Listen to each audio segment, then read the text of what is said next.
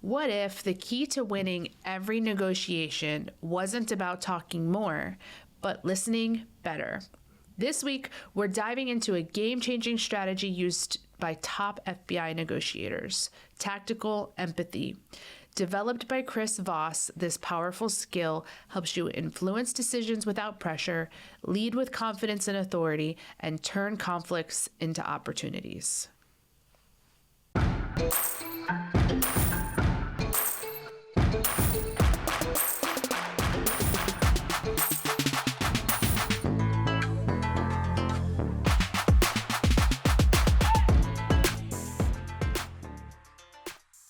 Hey, lady bosses, are you working even after putting the kids to bed but still not getting results? Are you tired of spending money on ads that aren't getting engagement? Do you feel burdened that you aren't fulfilling your purpose in life because you are so consumed with work? I'm your host, Brooke Boltz. I'm an attorney and founder of Boltz Legal. I started my business and in 1 year was bringing in 7 figures and am now bringing in multi-7 figures. And I'm your co-host, Rachel Boltz, owner of Boltz Media. I've helped many businesses build their online presence and increase their revenue through digital marketing. Want to hear how we did it? We are here to help you achieve your goals personally, professionally, and spiritually. So kick off your high heels, sit back, and let's ignite that passion. We're Miss Biz, where we're putting the miss in biz. Let's get biz done. Tactical empathy is more than just understanding someone's perspective. It's about actively recognizing and verbalizing their emotions in a way that makes them feel heard and validated. It's a strategy that allows you to navigate through conversations, build trust, and steer negotiations in your favor without aggression or compromise. Chris Voss describes it as emotional intelligence on steroids. Instead of pushing logic, you lead with empathy, creating an environment where the other party feels understood, making them more likely to collaborate and align with your goals. And as businesswomen, you're constantly negotiating, whether it's with clients, vendors, employees, or even yourself. Tactical empathy allows you to build stronger relationships, de-escalate conflicts while maintaining control, establish executive presence by mastering calm, controlled communication, influence decisions without force or manipulation. And this is easier said than done, for sure. But once you get it down, it can really make a big impact in how your business is ran and also the relationships that you have. So imagine a dissatisfied client who's expressing their frustration. Instead of reacting defensively, you say, "It sounds like you're feeling unheard and frustrated with the service." This instantly makes them feel validated, opening the door for a constructive resolution. I recently had a situation like this occur where it was a website referral came to me, and what the root cause is he was upset because he couldn't afford a $3,000 website. And he didn't understand a lot of the terms that I was saying, especially when I spoke about like conversions specifically. And I said, "Listen, I understand that you're frustrated. I really want to help you. We can figure something out, but I want to develop something that's high quality for you so that you're able to get clients and optimize your online presence. And we can work out the details." Now, whether that meant like building a page at a time, putting them on a payment plan, something to that extent, because at the end of the day, I genuinely wanted to help him.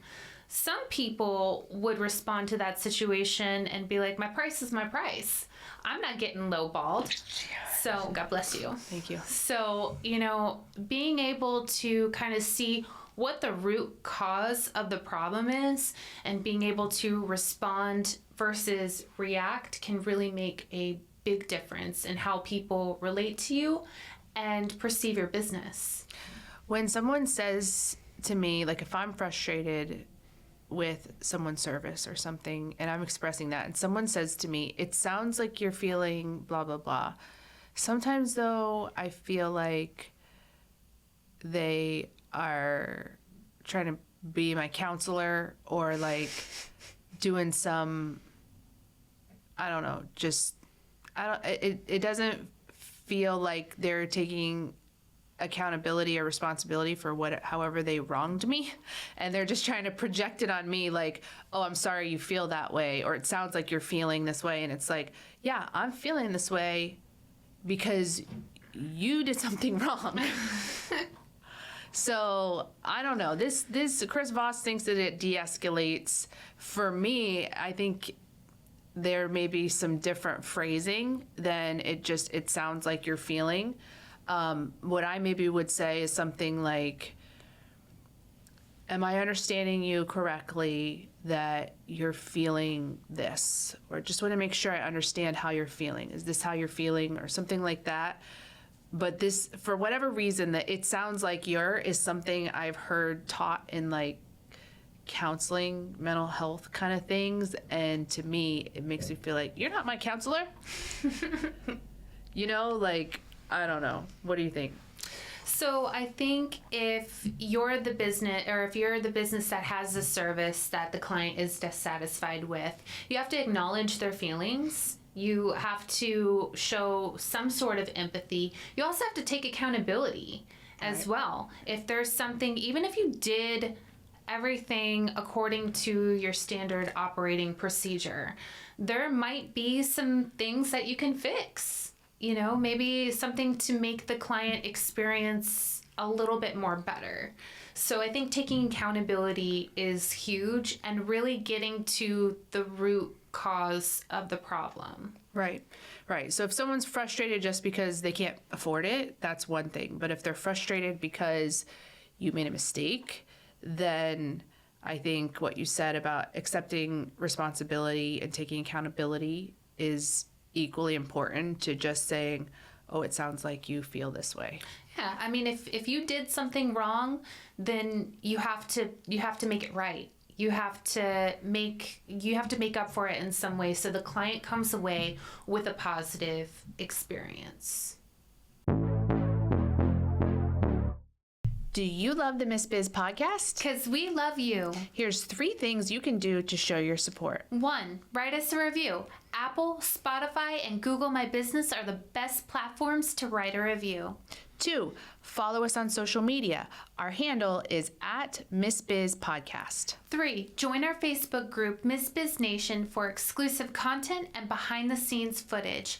Also, ask questions related to your business and discuss topics from our episodes.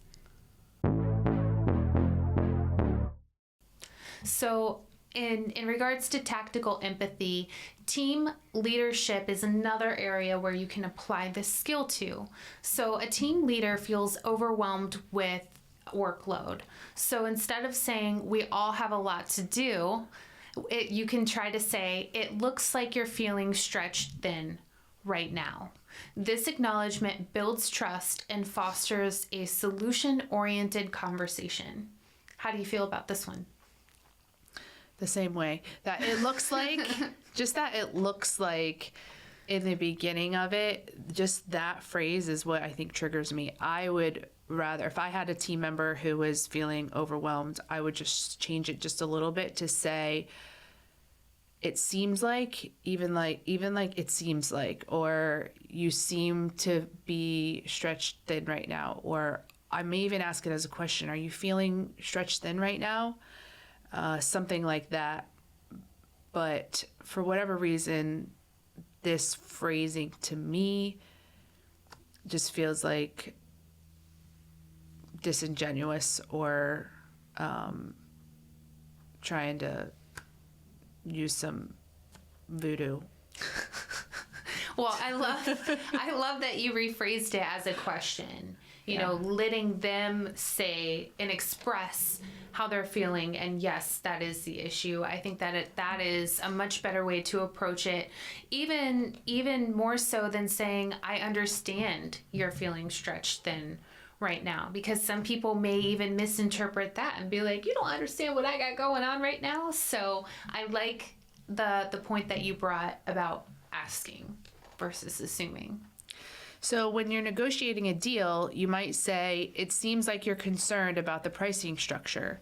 By labeling their concern, you show understanding and create space for discussion. Yeah. So, I mean, I think, I don't know, I think saying like, especially if it's evident, I understand that you're frustrated. Like the guy I was talking to, was very evident that he was not happy. But, you know, I acknowledged his feelings and I tried to come to the table with a solution. And regardless of how unhappy or, you know, agitated he was, I really, and still do, want to help him. And I'm willing to work with him and show him that we can make this work. As we're talking about this, it's bringing to mind the unblinded training that we've had too, because this is part of it, is validating people's emotions. But the way that they train to do it in unblinded is a little different. Rather than just acknowledging and labeling what they're feeling, you turn it into almost a compliment. So in your situation with the person who does not have the money, you could say something like, I can see that you care very much about quality, but also the price of the product you're purchasing, or something. Like, I can see that this is important to you. I can see that you value, what's the word for, like, frugalness, or, you know, something like, I can see that you value, or that you care very much about your business because you also care so much about what it looks like in the price or whatever. So you turn it into a compliment as opposed to just saying, I see you're very frustrated. You see the difference? Like, that's kind of would, I think, for me, trigger me less when they're throwing a compliment at me versus just telling me what's obvious. You look frustrated. Right. You know? Anyways. Yeah, I think that's a good approach. With this person, I didn't have any sort of background information on them. We had never spoken previously. So for me, I think if I would have went that approach, he might have thought I was just trying to throw fluff. But I think the example that you're giving is really good if you have met that person before or have developed some type of rapport with them. Yeah, different tactics for different situations. Yeah. So how you cultivate tactical empathy and executive presence, one of the main techniques is to listen for emotions, then reflect back using different phrases. So like you had said in regards to asking questions, or I know you don't like this one, but it sounds like you're upset. So you want to make sure that you listen, because sometimes even when people are talking, the words that they use out of their mouth might not indicate anything, but by their tone, you can tell that there is something underlying that is not good. Yes, level 5 listening. You got to figure out what they're really saying that they're not saying. So also mastering the pause. It's a technique where after labeling the emotion, you pause and let silence work its magic. This gives the other person space to process and often encourages them to reveal more. I think this is a very good technique, honestly. And in other cultures, this is pretty common. Here in America, we almost find silence to be uncomfortable. So then we will start talking and really start talking about nothing just because we don't like the awkwardness of it. But it's actually very common in some other countries for people to be perfectly quiet during a dinner. Yeah. In addition to being the host of the Miss Biz podcast, I also own and operate a law firm in Florida called Bolts Legal. I wanted to make sure my listeners knew that you are invited to reach out to me with any legal issues you may have. I practice in the area of personal injury, home insurance disputes, and medical revenue recovery. However, whatever legal issue you may have, please always feel free to reach out. If I can't help you personally, I'll help you find someone who can. I'm licensed in the states of Florida and Texas, but even out of state, I have connections and know people in those places, and I'm happy to help guide you in any way I can. The best way to reach me is through the contact page on my website, boltzlegal.com. That's BOLTZ legal.com, and simply fill out the contact form, which comes directly to me and my email. I look forward to connecting with you, and thank you so much for listening to Miss Biz. So what this would look like is, it seems like you're really frustrated, and then you just pause, and then that's going to usually lead to the other person saying, well, yeah, I am frustrated, and here's why. And you can get to a deeper understanding of what their frustration is so you can deal with it. And one of the next skills is mirroring. And Unblinded talks about this a lot too, where you will repeat the last few words the other person said to prompt them to expand on their thoughts. This is going to deepen the conversation and reinforces that you're fully engaged. Yeah, we did this on one of our prior podcasts where you and I went back and forth and just repeated the last three words. And I've shared before too that in a deposition, there was an attorney who was applying this technique, and it was incredibly effective at getting my clients to overshare on things that they weren't planning on sharing. For example, my client would say, I don't remember, and the attorney would go, you don't remember? And then all of a sudden, my client would just start remembering a whole bunch of stuff that they just said they didn't remember. And so now, I'll tell you what, after that, every preparation meeting that I do with clients, I say, if they tell you, I don't remember, then you go, nope, I don't remember.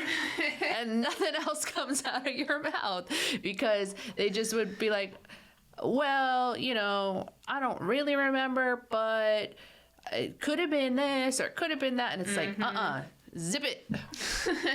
Zip it. If you don't remember, you don't remember. So this tactic really works when you're trying to dig deeper with someone. And I think it shows people too that you're listening when you can kind of expand upon the last things that they were saying and trying to get them to open up more about it. I think it just shows that you're listening and you care. It's also a good tactic if you were like zoning out and weren't really paying attention to everything they said, but you just catch the last three words. You can ask them as a question, and then you're off the hook. Maybe. Maybe. So the next technique is to ask calibrated questions. So asking open-ended how or what questions that guide the conversation without making the other person feel defensive.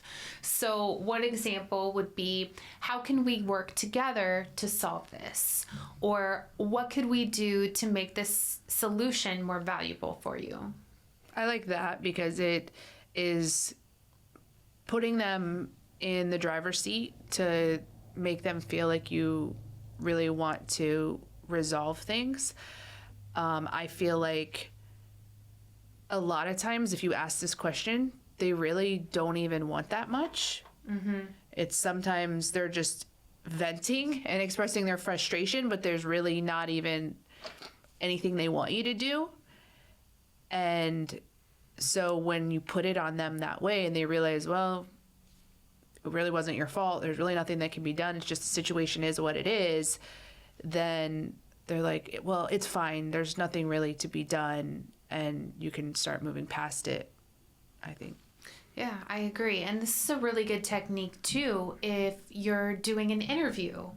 By asking these open-ended questions, you allow the interviewee to give a more in-depth response versus if you're only asking yes or no response type questions, that's pretty much you're limiting the amount of response that you can get. But if you ask open-ended, they can expand upon it and you can learn a lot more about where their head and their heart is.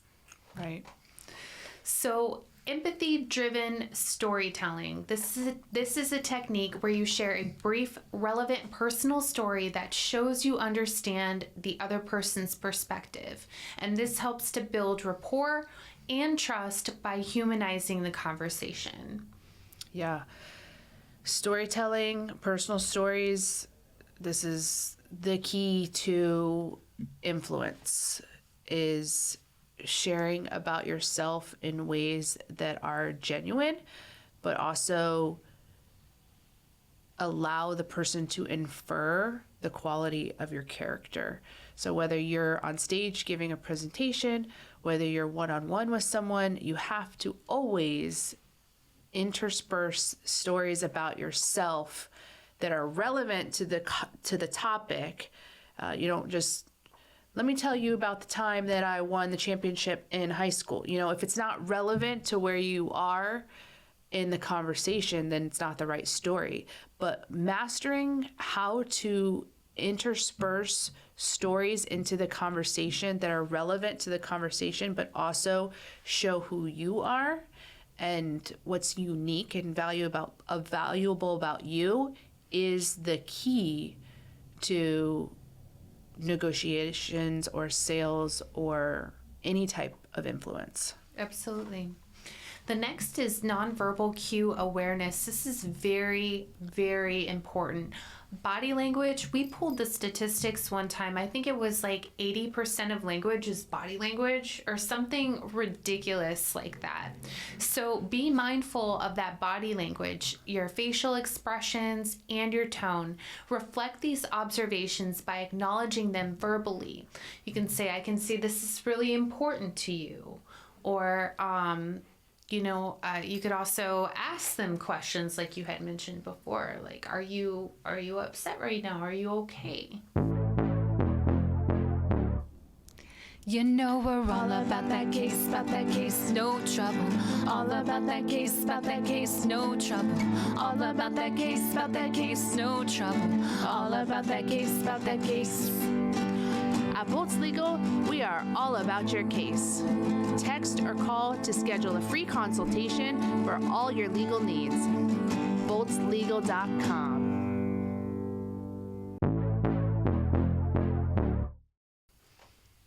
Yeah. So executive presence is the ability to command a room, inspire confidence, and lead with authority. Tactical empathy strengthens your executive presence by making you a better listener and communicator. By actively listening and empathizing, you communicate more clearly and effectively, making your ideas resonate with your audience. It also helps you maintain calm and composed in high-stakes situations. Tactical empathy helps you to stay, to basically reinforce your authority and your reliability as well. I like to think about it like in those situations where like your kids are really like driving you insane and you have a choice. Like you can either scream and get upset, which we all do sometimes, or you can take a deep breath and try to figure out, okay, why is this happening? Why is she responding that way? And really get to the root of the problem. This actually was something that came to light for me when I was reading the Bible earlier this week. I'm reading in the Old Testament, like Numbers, and they were talking about how this was actually interesting. I don't know if you know this, but you know some of those passages in the Bible where it's just taking a census of all these names. He begat him, who begat him, who begat him. I was going to say Numbers is not an easy read. Yeah, well, there's a lot of that. But what I learned is that, and I learned this from the Bible Recap, which I've talked about before, but it's a great Bible study. Bible Recap said that the reason that they have that in Numbers is because they needed to make sure that all of the prior Israelites who had come out of Egypt were dead and gone, because God had said, none of them were going to get to go in the promised land. And so one of the reasons that they did that census was to make sure that everybody was gone so that they could move forward with going into the promised land. So, but it reminded me, just when you're talking about parenting, like kind of how God treated the Israelites and how he treats us is a guide to how we should be parenting, because he had that consequence. Like when they worshiped other gods, when they were not faithful to him, the consequence was you don't get to go to the promised land. Not even Moses. Like nobody got to go to the promised land except for Joshua, Caleb? I forget. It's one of those things I know, but not thinking of right. I think it was Joshua. Anyways, so they had to make sure that, so God gives us the consequence of our decision, but at the same time, as you're reading, he's also talking about how much he loves the Israelites and how they are his chosen people and how they are so special. And it's just like this dichotomy of how he's disciplining them while at the same time loving them, and how that is just like the perfect parenting balance that we should try to model after. And so going back to tactical empathy, I like how Chris Voss is saying, look, you have empathy, but you're also not a pushover. You have this strong leadership presence coupled with empathizing with other people. That is the right balance. It reminds me of Threads of Wisdom book, the Trailblazers edition, written by Caroline Mendez, one of our Miss Biz coaches. She titled my chapter, there's an interview of me in the book, she titled it Benevolent Badass. And I love that. And it's because to me, it symbolizes that balance of being benevolent and generous and kind and loving, but also being strong and a leader.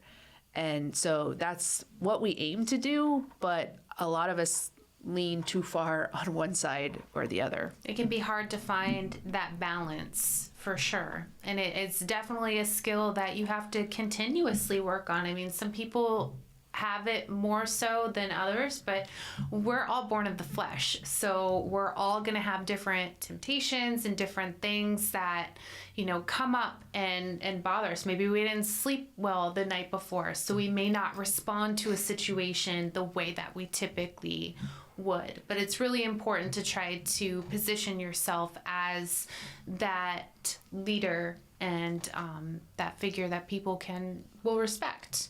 So positioning yourself as a thought leader, one of the major benefits are if you demonstrate understanding before pushing your agenda, you understand yourself as a leader who values collaboration and insight over brute force.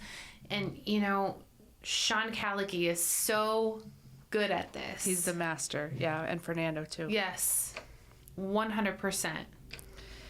Yes. So using calibrated questions for strategic conversations is also important. Thoughtfully asking questions not only shows that you care about the other person's perspective, but also subtly guides the discussion in a productive direction. Also, displaying authentic vulnerability. I think that a lot of people think that if they show vulnerability, it's a sign of weakness. But really, when you can show vulnerability to other people, it makes you more relatable, and it actually enhances your executive presence by showing that you lead with both strength and empathy. Also, reinforcing positive emotions. Acknowledge and amplify positive sentiments during your interactions. This creates an atmosphere of mutual respect and optimism, further solidifying your leadership image. So I know we've done a lot of talking about what tactical empathy is, how you can apply it, but we've created a tactical empathy worksheet that's going to walk you through identifying key negotiation or leadership situations in your business, practicing and labeling mirror techniques, and strategies for improving executive presence. So if you're interested in this worksheet, please send us an email to missbizpod@gmail.com with the subject line tactical empathy, and we'll send it to you. Tactical empathy isn't about being soft. It's about being smart. It's how you influence, lead, and succeed in business without compromising your values. By mastering this skill, you'll strengthen relationships, negotiate better deals, and elevate your executive presence. So if you found today's episode valuable, please share it with a fellow businesswoman or even a businessman. And don't forget to subscribe so that you never miss an episode. We appreciate you and are honored to be on this journey with you. We can't wait to help you, to encourage you, and show you how to grow personally, professionally, and spiritually. If you found Miss Biz helpful, please leave a review and share with others. You can follow us on social media at Miss Biz Podcast. For legal questions or services, please visit boltslegal.com. And for digital marketing needs, please visit boltsmedia.com. Let's get biz done.